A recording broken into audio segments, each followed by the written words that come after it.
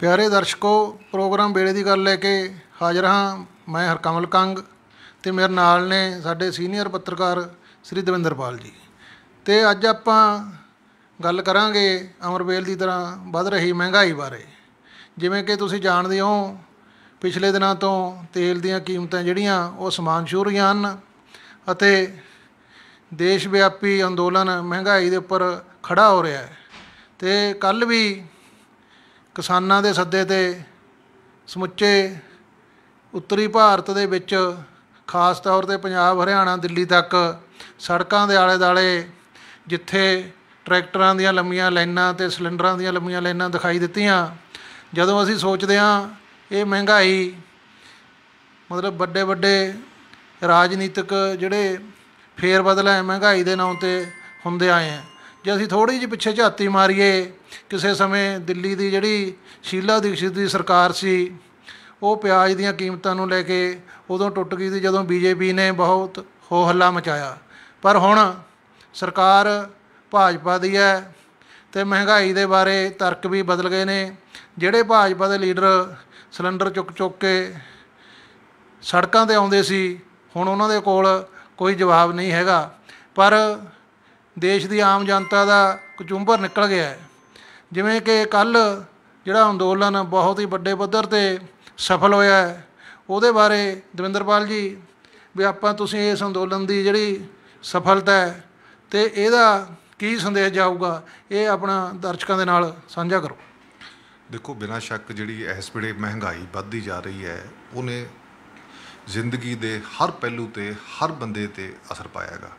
ਇੱਕ ਤਾਂ ਕਰੋਨਾ ਦੀ ਮਾਰ ਆਮ ਬੰਦੇ ਦੀ, ਖਾਸ ਕਰਕੇ ਜਿਹੜੀ ਲੋਅਰ ਮਿਡਲ ਕਲਾਸ ਹੈ, ਉਹਦੇ ਨੌਕਰੀਆਂ ਜਾ ਰਹੇ ਨੇ, ਰੁਜ਼ਗਾਰ ਖੁੱਸ ਰਹੇ ਨੇ, ਆਮਦਨ ਘਟ ਰਹੀ ਹੈ।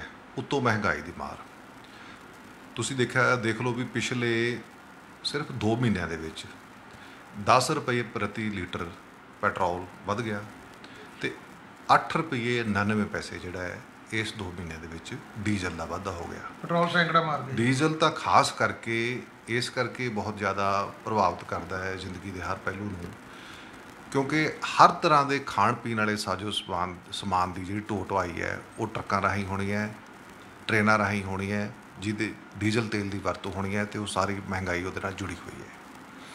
ਤੁਹਾਨੂੰ ਛੋਟੀ ਜਿਹੀ ਐਗਜ਼ਾਮਪਲ ਇਹਦੇ ਨਾਲ ਜੁੜੀ ਹੋਈ ਹੋਰ ਦੇਖ ਲਓ। ਜੇ ਅਸੀਂ ਦਾਲਾਂ ਦਾ ਭਾਅ ਦੇਖ ਲਈਏ, ਪਿਛਲੇ 2-3 ਮਹੀਨੇ ਪਹਿਲਾਂ ਕੀ ਸੀ, ਹੁਣ ਕੀ ਹੈ।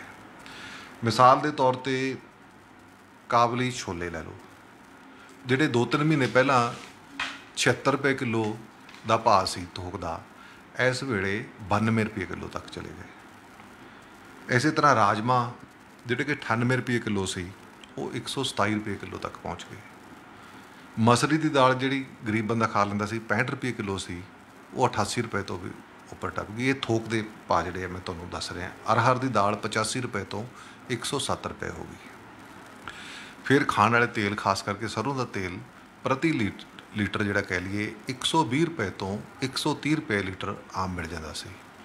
ਹੁਣ 190 ਤੋਂ ਲੈ ਕੇ 210-220 ਰੁਪਏ ਤੱਕ ਜਿਹੜਾ ਇਸ ਤੇਲ ਦਾ ਭਾਅ ਚਲਾ ਗਿਆ। ਇਹਦੇ ਨਾਲ ਜੁੜਿਆ ਜੇ ਤੁਸੀਂ ਲੈ ਲਓ ਰਸੋਈ 'ਤੇ ਜਦੋਂ ਫਰਕ ਪੈਂਦਾ ਗਰੀਬ 'ਤੇ, ਇਹ ਤਾਂ ਗਰੀਬ ਦੇ ਢਿੱਡ 'ਤੇ ਲੱਤ ਵੱਜਦੀ ਹੈ। ਜਿਹੜਾ ਕਿ ਸਭ ਤੋਂ ਪਹਿਲਾਂ ਪ੍ਰਚਾਰ ਕੀਤਾ ਗਿਆ ਵੀ ਮੁਫਤ ਸਿਲੰਡਰ ਗਰੀਬਾਂ ਨੂੰ।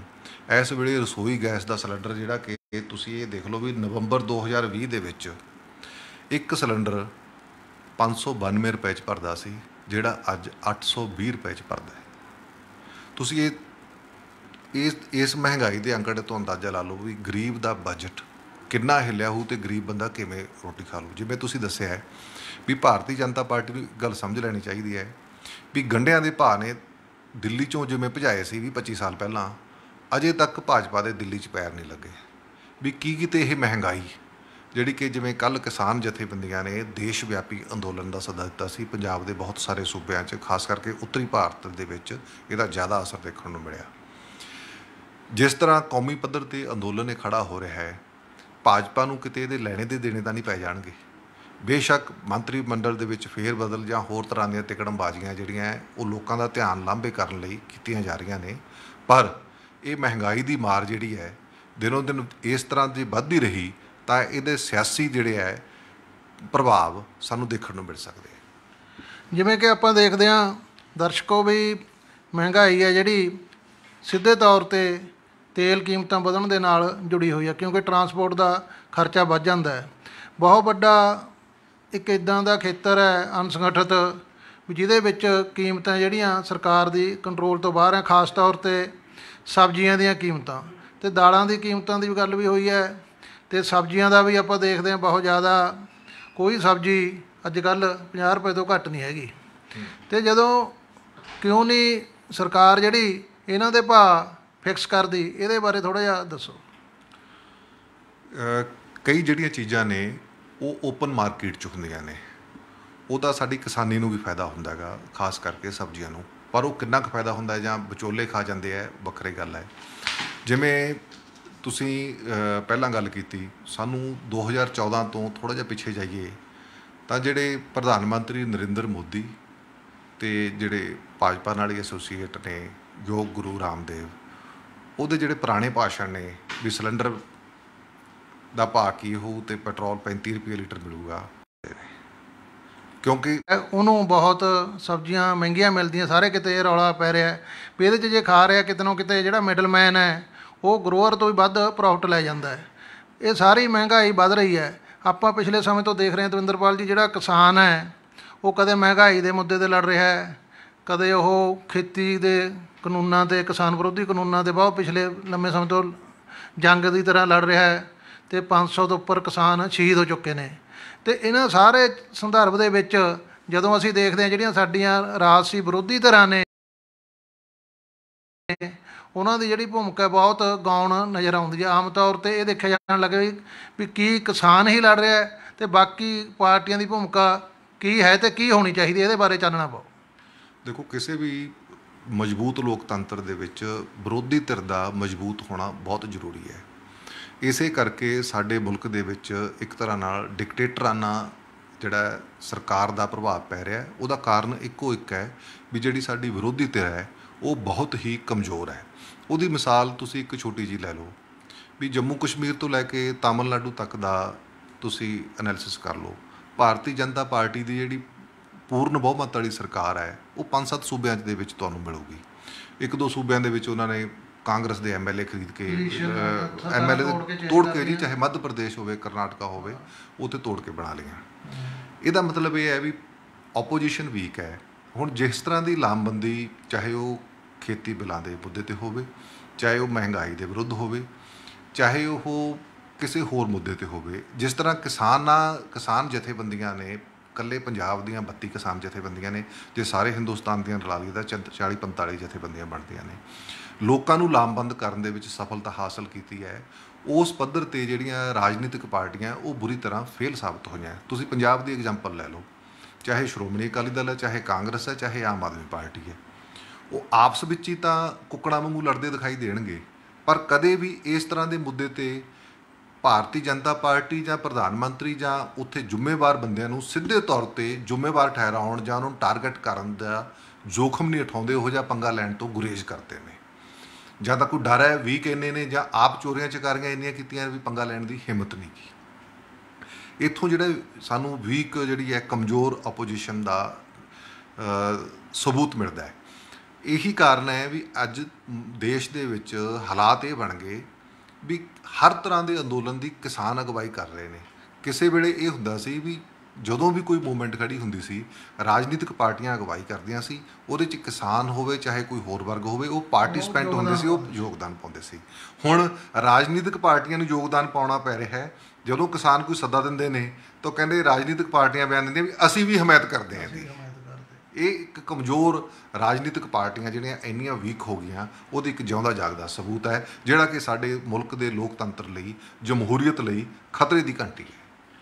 ਦਰਸ਼ਕੋ, ਜਿਵੇਂ ਕਿ ਤੁਸੀਂ ਅੱਜ ਪੜ੍ਹੇ ਹੀ ਹੋਵੇ, ਅਖਬਾਰਾਂ ਦੇ ਵਿੱਚ ਖਬਰ ਸੀ, ਜਿਹੜੇ ਨਵੇਂ ਆਪਣੇ ਮੰਤਰੀ ਬਣਾਏ ਨੇ, ਪੈਟਰੋਲੀਅਮ ਮੰਤਰੀ ਪੁਰੀ ਸਾਹਿਬ, ਉਹਨਾਂ ਨੇ ਇਹ ਭਰੋਸਾ ਦਿਵਾਇਆ ਕਿ ਮੈਂ ਆਉਣ ਵਾਲੇ ਦਿਨਾਂ ਦੇ ਵਿੱਚ ਵੀ ਦੇਖਦੇ ਹਾਂ ਵੀ ਅਸੀਂ ਤੇਲ ਕੀਮਤਾਂ ਕਾਬੂ ਕਰਾਂਗੇ। ਪਰ ਜਿਸ ਤਰ੍ਹਾਂ ਪਿਛਲੇ ਲੰਮੇ ਸਮੇਂ ਤੋਂ ਜਿਹੜੇ ਤੇਲ ਕੀਮਤਾਂ ਛਾਲਾਂ ਮਾਰਦੀਆਂ ਵੱਧ ਰਹੀਆਂ, ਆਸ ਤਾਂ ਨਹੀਂ ਕੀਤੀ ਜਾਂਦੀ, ਪਰ ਆਸ ਤੋਂ ਬਿਨਾਂ ਗੁਜ਼ਾਰਾ ਵੀ ਨਹੀਂ। ਪਰ ਇਸ ਦੇ ਨਾਲ ਹੀ ਮੰਤਰੀ ਮੰਡਲ ਦੇ ਫੇਰਬਦਲ ਦੇ ਦੌਰਾਨ ਇੱਕ ਨਵਾਂ ਮੰਤਰਾਲਾ ਕੇਂਦਰ ਸਰਕਾਰ ਦੇ ਵਿੱਚ, ਸਹਿਕਾਰਤਾ ਮੰਤਰਾਲਾ, ਦਵਿੰਦਰਪਾਲ ਜੀ ਆਇਆ ਹੋਣ ਦੇ ਵਿੱਚ। ਹਾਂਜੀ।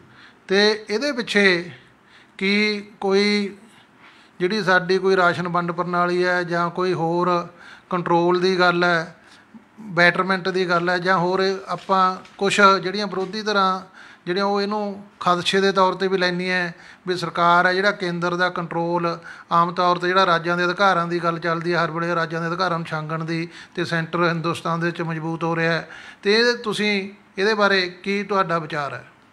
ਦੇਖੋ ਜੀ, ਮੁਲਕ ਦੇ ਵਿੱਚ ਕੋਆਪਰੇਟਿਵ ਮੂਵਮੈਂਟ ਸਹਿਕਾਰਤਾ ਲਹਿਰ ਦਾ ਬਹੁਤ ਵੱਡਾ ਯੋਗਦਾਨ ਰਿਹਾ ਹੈ।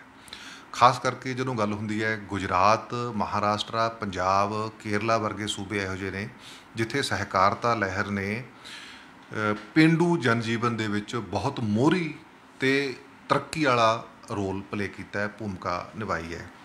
ਅਸੀਂ 2-3 ਐਗਜ਼ਾਮਪਲਾਂ ਲੈ ਲਈਏ। ਅਮੂਲ ਜਿਹੜਾ ਹੈ ਮੁਲਕ ਭਰ ਦੇ ਵਿੱਚ ਇੱਕ ਪ੍ਰਚਲਿਤ ਬ੍ਰਾਂਡ ਅਤੇ ਵਧੀਆ ਬ੍ਰਾਂਡ, ਵੱਡਾ ਬ੍ਰਾਂਡ ਹੈ, ਉਹ ਗੁਜਰਾਤ ਦਾ ਇੱਕ ਸਹਿਕਾਰੀ ਅਦਾਰਾ ਹੈ। ਪੰਜਾਬ ਦੇ ਵਿੱਚ ਲਾ ਲਈਏ ਅਸੀਂ ਵੇਰਕਾ ਹੈ, ਸਾਡੇ 2 ਸਹਿਕਾਰੀ ਬੈਂਕ ਨੇ, ਸਾਡਾ ਮਾਰਕਫੈਡ ਹੈ, ਕਈ ਤਰ੍ਹਾਂ ਦੇ ਅਦਾਰੇ ਨੇ। ਇਹ ਕੋਆਪਰੇਟਿਵ ਜਿਹੜਾ ਹੈ ਇਹ ਸਾਡਾ ਆਟੋਨਮਸ ਬਾਡੀਜ਼ ਨੇ ਜਿਨ੍ਹਾਂ ਨੂੰ ਪੰਜਾਬ ਗੌਰਮੈਂਟ ਹੋਵੇ ਜਾਂ ਕੋਈ ਹੋਰ ਸਟੇਟ ਗੌਰਮੈਂਟ ਹੋਵੇ ਉਹ ਸਾਰਾ ਰੈਗੂਲੇਟ ਕਰਦੀਆਂ ਨੇ। ਭਾਰਤੀ ਜਨਤਾ ਪਾਰਟੀ ਵੱਲੋਂ 2014 ਤੋਂ ਲੈ ਕੇ ਹੁਣ ਤੱਕ ਜੋ ਵੀ ਫੈਸਲੇ ਲਏ ਜਾਂਦੇ ਰਹੇ ਨੇ ਉਹ ਸ਼ੱਕ ਦੇ ਦਾਇਰੇ ਦੇ ਵਿੱਚ ਆਉਂਦੇ ਰਹੇ ਨੇ। ਜਿਵੇਂ ਖਾਸ ਕਰਕੇ ਤੁਸੀਂ ਲਾਓ ਵੀ ਖੇਤੀਬਾੜੀ ਹੈ ਜਿਹੜੀ ਉਹ ਸੂਬਾਈ ਜਿਹੜਾ ਹੈ ਵਿਸ਼ਾ ਹੈ, ਸਟੇਟ ਸਬਜੈਕਟ ਹੈ ਸੰਵਿਧਾਨ ਦੇ ਮੁਤਾਬਕ। ਪਰ ਜਦੋਂ ਇਹਨਾਂ ਨੇ 3 ਕਾਨੂੰਨ ਲਿਆ ਧਰੇ ਤਾਂ ਉਹ ਰਾਜਾਂ ਦੇ ਅਧਿਕਾਰਾਂ ਦੇ ਵਿੱਚ ਸਿੱਧਾ ਦਖਲ ਹੈ। ਇਸ ਲਈ ਜਿਹੜਾ ਕੋਆਪਰੇਟਿਵ ਅਦਾਰਾ ਜਿਹੜਾ ਵਿਭਾਗ ਅਲੱਗ ਬਣਾਉਣਾ, ਉਸ ਤੋਂ ਇਹ ਸ਼ੱਕ ਪੈਦਾ ਹੁੰਦਾ ਹੈ ਵੀ ਆਉਣ ਵਾਲੇ ਸਮੇਂ ਦੇ ਵਿੱਚ ਜਿਹੜੇ ਇਹ ਵੱਡੇ ਅਦਾਰੇ ਨੇ, ਜਿਵੇਂ ਹੁਣ ਇਕੱਲੀ ਦੁੱਧ ਦੀ ਗੱਲ ਅਸੀਂ ਲੈ ਲਈਏ, ਸਾਡੇ ਵੇਰਕਾ ਹੈ, ਹਰਿਆਣੇ 'ਚ ਵੀਟਾ ਹੈ, ਗੁਜਰਾਤ 'ਚ ਅਮੂਲ ਹੈ, ਕਿੰਨੇ ਜਿਹੜੇ ਕੋਆਪਰੇਟਿਵ ਦੇ ਅਦਾਰੇ ਨੇ, ਇਹ ਲੱਗਦਾ ਵੀ ਇਹਨਾਂ ਲਈ ਇੱਕ ਖਤਰੇ ਦੀ ਘੰਟੀ ਹੋ ਸਕਦੀ ਹੈ। ਕਿਉਂਕਿ ਕਦੇ ਵੀ ਹੁਕਮਰਾਨ ਜਿਹੜਾ ਹੈ ਆਪਦਾ ਲੁਕਮਾ ਏਜੰਡਾ ਅੱਜ ਤਾਂ ਨਹੀਂ ਜ਼ਾਹਿਰ ਕਰਦਾ।